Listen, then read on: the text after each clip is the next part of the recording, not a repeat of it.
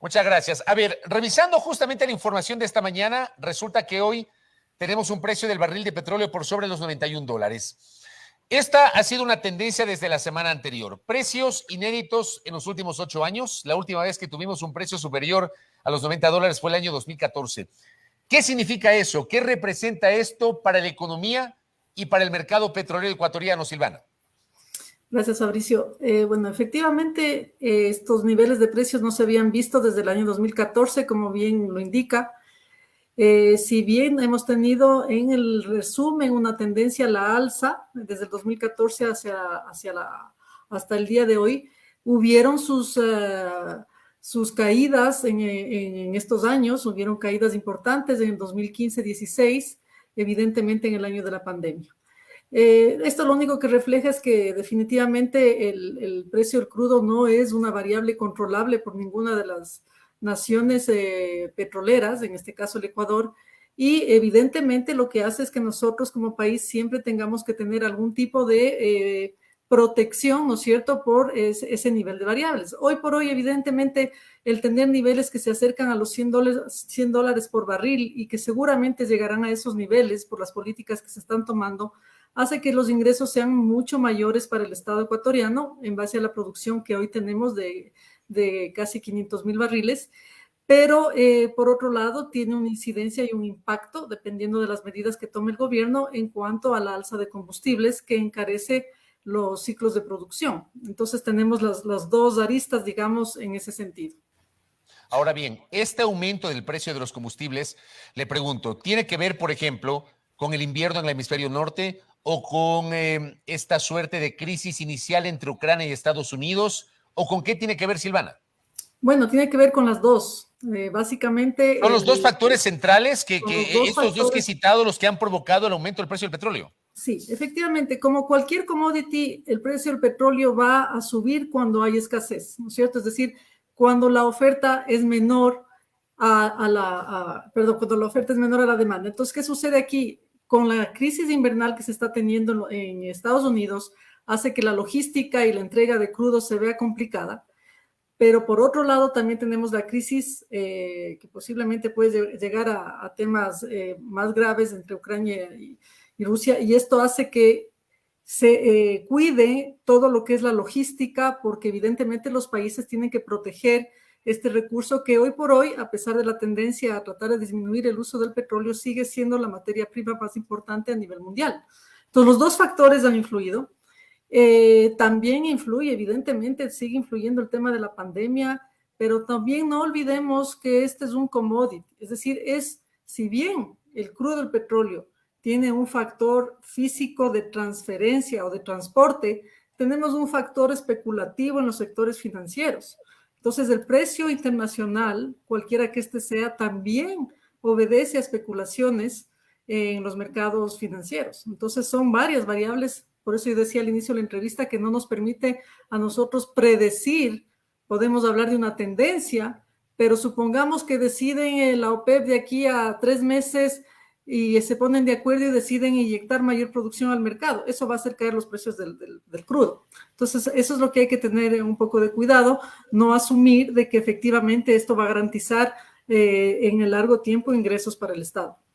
Claro, lo que pasa es que de alguna manera hubo una época en la cual el petróleo superó la barrera de los $100 y se hablaba que justamente fruto de esos ingresos el Estado ecuatoriano pudo, por ejemplo, poner recursos en el mercado e invertir en la inmensa obra pública de la época, Silvana. Eso es correcto, pero ahí hay que tener cuidado, porque cuando hablan de que hubo una bonanza de $100, recuerden que esos $100 no se mantuvieron en un periodo extendido. Esos $100 iniciaron en $100, superaron los $100, pero en cuestión de 2 años volvieron a caer. Cayó el precio del crudo, y recuerden que no es que se mantuvo en niveles de $100. Si recordamos, por ejemplo, 2012 estaba en más o menos $90, pero 13, 14 ya bajó a niveles de 70 y 15, 16 ya llegó a bajar a niveles de 50, 40. Sí, no es que se mantuvo $100 por un largo periodo. Ahora, efectivamente, una política sana, es decir, es cuando suben los precios del crudo, esos recursos utilizarlo en inversión pública. De eso se trata. Desde el recurso natural más importante del país, que lo que debería es, en el momento de incrementar, inyectarse a la economía en todo lo que beneficia al ciudadano, que es obra pública, mejora de la calidad de vida, la infraestructura que tanto necesitamos. Evidentemente, eso ya le dejo en manos de los expertos financieros que manejan el Estado. Ahora bien, el precio que hoy tenemos de 90 a 91 dólares, ¿en cuánto significa excedente o en cuánto excede al precio que se había presupuestado en la proforma para este año, Silvana? A ver, la proforma presupuestaria estaba alrededor de los 59 dólares, si yo no me equivoco. Es decir, o sea, estamos hablando de más o menos 30, 32 dólares de excedente. De excedente. Es decir, que eso son muy buenas noticias para el presupuesto del Estado. Ahora, eso, digamos que si se mantiene en 3 meses, en 6 meses, en un año, está hablando de un excedente de 30 dólares por barril en una producción que se exporta, ¿no es cierto? Porque no se exportan los 500,000 que se producen, pero en una producción que se exporta de más o menos 300,000 barriles. Entonces, ¿qué quiere decir esto? Que hoy por hoy es cuando nosotros, como Estado, debemos aprovechar esta diferencia de 30 dólares por barril aproximadamente para poder disminuir las brechas que tenemos en el déficit de caja. Hoy es cuando debemos aprovechar y hoy es cuando se vuelve fundamental el incremento de la producción. Es decir, no solamente es la variable de precio, sino es fundamental poder aprovechar y realizar las inversiones necesarias para poder incrementar la producción del Estado y con eso generar aún más ingresos para el Estado. Eso justamente le iba a preguntar. A ver, la economía ecuatoriana se encuentra en este momento con unos precios altos del barril de petróleo, el WTI, que sirve de referencia para el crudo ecuatoriano. Quedamos claros de que hay un excedente de entre 30 y 32 dólares si hacemos un análisis del presupuesto general del Estado frente justamente a este precio que, digamos, esto es muy volátil, puede cambiar, pero estos precios altos hoy, viviendo el presente, ¿cómo encuentran al sector petrolero, tanto al estatal cuanto al privado, Silvana? Bueno, nos encuentra de alguna manera de capa caída. ¿Y por qué? Nosotros no hemos logrado como país recuperar los niveles de producción que se alcanzaron de 558,000 barriles en el año 2014. Hemos tenido una tendencia a la baja. Hoy estamos en 490,000 barriles. Hemos caído bastante en la producción. Esto obedece a varios factores. Son factores no solamente que hubo caída de precios del crudo, el tema de la pandemia y el tema evidentemente de lo que yo vengo diciendo en muchas plataformas de la politización de un sector tan fundamental. En el momento que usted le politiza a un sector productivo técnico, hay aristas en la mitad que evidentemente hacen que la producción caiga. ¿Por qué? Porque el Estado lo que debería buscar es un equilibrio entre inversión extranjera y la producción local a través de las estatales, pero hoy por hoy la producción a través de privadas es únicamente del 20% del total de la producción, es decir, nosotros en las privadas aportamos solamente con 100,000 barriles, 110,000 barriles, porque no se ha ido un poco más allá en cuanto a poder adjudicar más campos petroleros. Hay un tema de inseguridad jurídica que ha venido sufriendo el Estado, no hoy, no antes, ha sido siempre, porque yo no quiero entrar a temas políticos, pero el momento en que los inversionistas no encuentran seguridad jurídica en un país, se les hace más fácil regresar a ver a otros países donde sí la encuentran. Es decir, nosotros de alguna manera lo que tenemos es que encontrar la manera de que todas esas capitales vengan al Ecuador en beneficio del Estado, pero para eso tenemos que ser atractivos en temas tributarios, atractivos en temas laborales, atractivos en temas de respectos contractuales, en que los temas del día a día no se vuelvan tan engorrosos y tan complicados con los organismos que nos controlan, que las entidades de control, medio ambiente, SRI, agencia de control, tengan un mismo norte. Es decir, hay muchas cosas por hacer, hay muchas cosas por arreglar y creo que ese es el reto de este gobierno, pero creo que las empresas privadas están comprometidas con la meta de incremento de la producción. Cuando usted habla de ausencia de seguridad jurídica, le planteo un ejemplo, tal vez se refiere al hecho de que el gobierno del presidente Lasso anunció cuando presentó su política petrolera una propuesta para renegociar los contratos con las empresas petroleras que entiendo son de prestación de servicios y pasarlos a contratos de participación. Y digo, me retrotraigo al año 2007, si mal no recuerdo, cuando en cambio los contratos eran de participación y pasaron a ser contratos de prestación de servicios. Tal vez a eso se refiere usted, Silvana.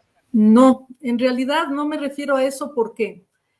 Porque cuando usted pone sobre la mesa a los inversionistas una opción de renegociar contratos y esas negociaciones van en un ganar-ganar de las partes, no veo que haya ningún problema para poderlo hacer. De hecho, yo siempre he mencionado, los contratos per se no son perjudiciales, no es el modelo del contrato el que no funciona.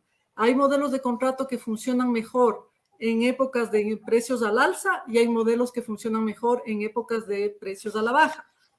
El problema está cuando usted ya tiene un contrato, como inversionista tiene un contrato, y de repente le cambian las condiciones del contrato unilateralmente en el camino. No una renegociación donde se ponen las condiciones y se negocia, ¿no es cierto? Es decir, usted está con un contrato y de repente vienen y le dicen, hoy usted ya no va a tener este modelo de equilibrio del contrato, sino que ahora se le deducen $2 más.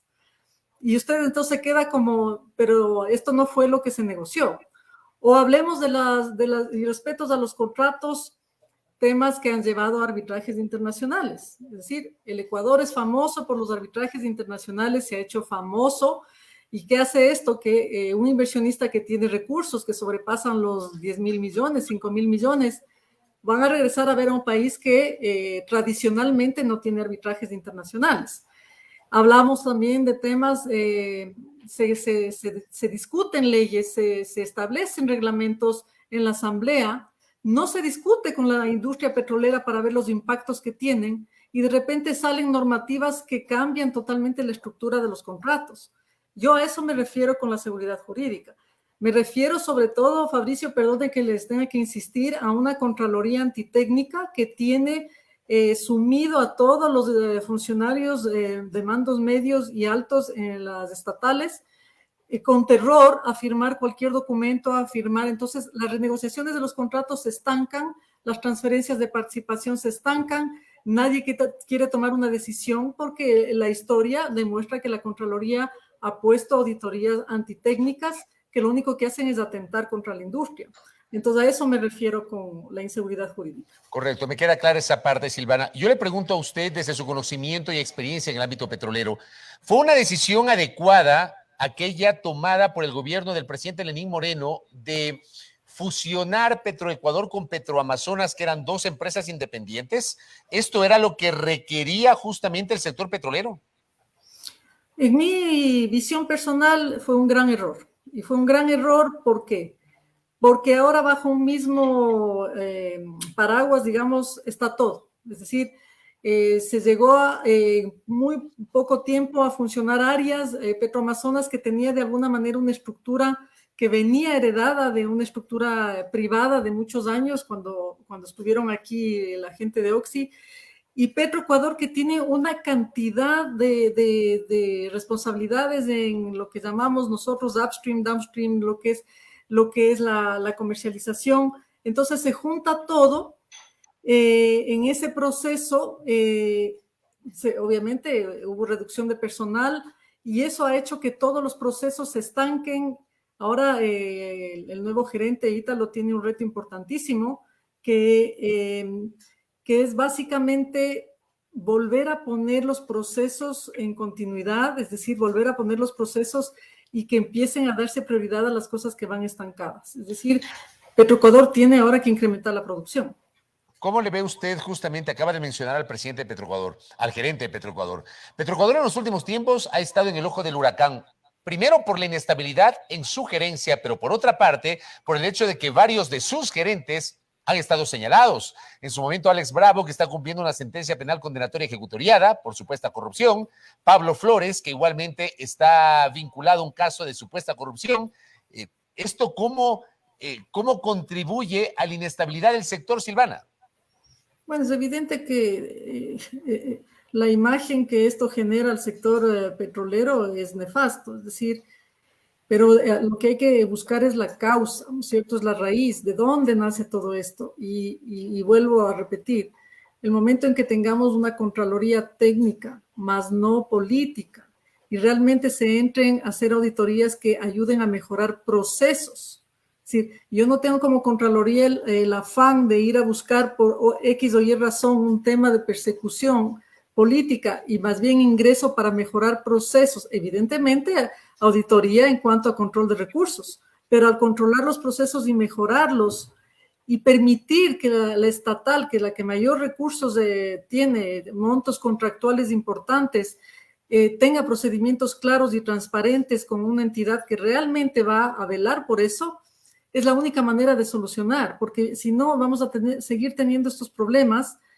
Y vuelvo y repito, el momento que la industria petrolera es politizada y que se utiliza como una herramienta, ya sea de réditos en votos o réditos políticos, y no como una entidad que realmente busque incrementar la producción de manera técnica, generar empleo, generar tecnología, ser líder en el tema de hidrocarburos, nunca vamos a lograr tener un Petroecuador, digamos, que es lo que ansiamos, es decir, un ejemplo que sea mejor incluso que las empresas privadas que vienen al Ecuador. Ahora, con el gobierno del presidente Lasso, a partir del anuncio el año anterior de la política petrolera, ¿usted cree que podría el Ecuador dejar ese camino de politización del sector que usted ha alertado, Silvana? Tienen que haber, y todavía no hemos visto, pero tienen que haber decisiones importantes, ¿no? Y ahí no solamente es un tema del presidente Lasso, tiene que haber un tema de realmente, y tal vez esto es utópico, pero realmente una asamblea que mire a que la política petrolera sea realmente técnica, que tienen que haber designación de autoridades en la Contraloría que sean técnicas, tiene que haber otra cosa que yo he mencionado es el momento en que la industria se dé a conocer al ciudadano, que conozca el ciudadano cuáles son los aportes de esta industria en cuanto a ingresos para el Estado, en cuanto a la fuerza laboral que contrata. Fíjese que Petroecuador contrata más de 4,000 personas, en cuanto a la generación de tecnología, riqueza, capacitación. El momento que se dé a conocer cuánto de la riqueza de que entregan las empresas petroleras al Estado, y Petroecuador también lo hace, y Petroamazonas también, para el desarrollo de las áreas amazónicas, y esos recursos se transparenten, creo que en ese momento podríamos hablar de que está despolitizado. Eso es algo, es un reto para el país, y creo que el momento en que generemos esa visión y ese mensaje a nivel internacional, lograremos atraer inversión extranjera en este sector. Hoy por hoy, Fabricio, regresemos a ver cuántas empresas petroleras grandes están en el país. Hoy quedan muy pocas y no hemos logrado en las últimas licitaciones petroleras realmente atraer a empresas grandes, lo cual fomenta y dinamiza la economía, dinamiza el mercado laboral, de bienes raíces, obviamente ingresos para el Estado. Es fundamental empezar a trabajar en esto. Por ejemplo, le pregunto a usted, Silvana, el hecho de que el Ecuador haya regresado al convenio CIADI podría ser una señal positiva para los inversionistas extranjeros, más allá de que acá en el Ecuador hubo muchos cuestionamientos de esta decisión, pero podría ser un espacio de atracción para el inversionista extranjero respecto al Ecuador. Esa ya es una medida digamos, de resultado a lo que ha sucedido, ¿no es cierto? ¿Por qué esto? Porque los inversionistas van a mirar que su inversión tenga una seguridad jurídica y se le respete sus contratos. Es bueno en la medida en que el inversionista va a decir, tengo un instrumento que de alguna manera, si algo sucede, tengo una garantía. Pero ese no debería ser el fin. Es decir, el fin debería ser el manejar una política petrolera transparente, una opción al inversionista de poder analizar los tipos y modalidades contractuales que se tienen, empezar a generar un récord de respeto a los contratos, un récord de algunos años. Efectivamente, el CIADI lo que le da a las empresas extranjeras es una cierta seguridad de que tienen a dónde acudir en caso de una controversia, ¿no es cierto? Es un poco eso, pero deberíamos trabajar al revés, deberíamos trabajar en cómo hacer para que realmente sea un incentivo venir al Ecuador. Es decir, o sea, en un mundo ideal, se debería trabajar en un escenario en el que no haya controversias. ¿Ya? exactamente. Es O sea, decir, yo entiendo que en los contratos se establece un mecanismo de solución de controversias, pero lo ideal sería que no haya esas controversias. claro, porque yo puedo poner, ok, nos acogemos al CIADI, pero queremos tener una cantidad de controversias, vamos a tener repleto, llenos de abogados en las controversias. Lo que queremos es traer inversión. Si yo soy inversionista, Fabricio, ¿qué busco? O que quiero ir a un país donde yo, mi rédito por la inversión que pongo, sea de un porcentaje X, que no sea satanizada ese rédito porque estoy trayendo inversión al país, que no sea politizado y que de repente me metan en problemas legales, que me permitan en el camino seguir renegociando y teniendo más opciones de contratos adicionales, que no haya camisa de fuerzas en los esquemas contractuales, que haya una estatal técnica que tenga la capacidad, ¿no es cierto?, de ir negociando, que no tenga una espada de Damocles encima que es la Contraloría, porque aquí no estamos hablando de que las empresas petroleras extranjeras quieren hacer algo irregular. Por favor, son inversionistas a nivel mundial. Lo que quieren ellos es venir, poner capital, generar riqueza, un ganar-ganar para las partes y saber que al venir al Ecuador tienen una garantía jurídica de que se pueden quedar muchos años y que eso también le beneficia al país, ser socios estratégicos, beneficio para el Estado y beneficio para la privada. Correcto. Silvana Pastor, gracias por estos minutos para conocer su criterio en torno a la situación del sector petrolero. Muy amable, que tenga una buena tarde. Gracias, Fabricio. Un lindo día. Gracias a Silvana Pastor, especialista en materia petrolera, conversando aquí en RT Noticias Digital con nosotros. Uno, sobre los precios altos del petróleo. El día de hoy amanecimos con un precio superior a los $91. Eso en un mundo ideal, dentro de la lógica a la cual hemos estado acostumbrados. Un precio alto implica mayores recursos para el Estado. Eso es lo que supuestamente uno aspiraría, ¿no? Como ciudadano. Pero hay una serie de factores que están allí para la discusión. Si esos recursos están o no liberados, si están atados a una preventa petrolera. ¿Qué logró el presidente Lasso el último fin de semana en su diálogo con Xi Jinping, el presidente de la República Popular China, en torno a este tema? O sea, saber si efectivamente hay la posibilidad o no de una renegociación de los compromisos que tiene el Ecuador con la banca estatal china sobre la base de la venta anticipada de crudo. Y si se puede, de alguna manera, liberar parte de esos recursos que sirvan para la reactivación económica del Ecuador.